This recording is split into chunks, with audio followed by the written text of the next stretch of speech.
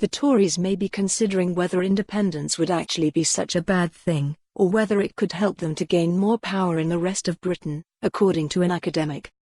Dr. Malcolm Harvey, of the University of Aberdeen, said the party may benefit if Scotland split from the rest of the country, and the issue may be a point of discussion internally.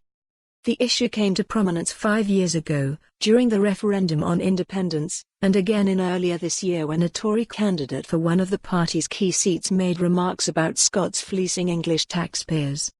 Harvey said, "This is maybe a bit cynical or sceptical, but without Scotland, if you take the 59 seats out, the Conservatives are home and dry in every general election. There may be a bit of conservative thinking that if we jettison Scotland, we can be permanently government in England. That might get some of them thinking, is it worth keeping the union on that basis? That's a bit cynical because the union means a lot more to people than short-term politics, but part of me thinks there may be some conversations happening in the Conservatives, like would it be such a bad thing if we lost Scotland?"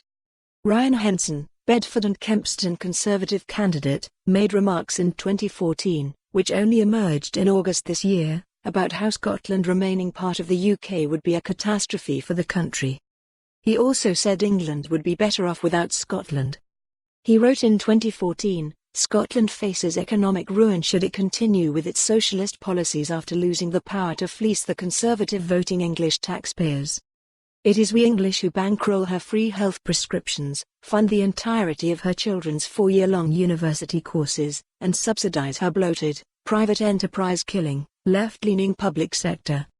Henson, who did not win his seat this week, said the article for the Conservative Home website was intended as satire, and added, "This was intended as a light-hearted take on the Scottish referendum campaign, and was taken as such at the time. It does not reflect my views. I passionately believe in the importance of the union, especially at this time." For more on this story, visit the news article link.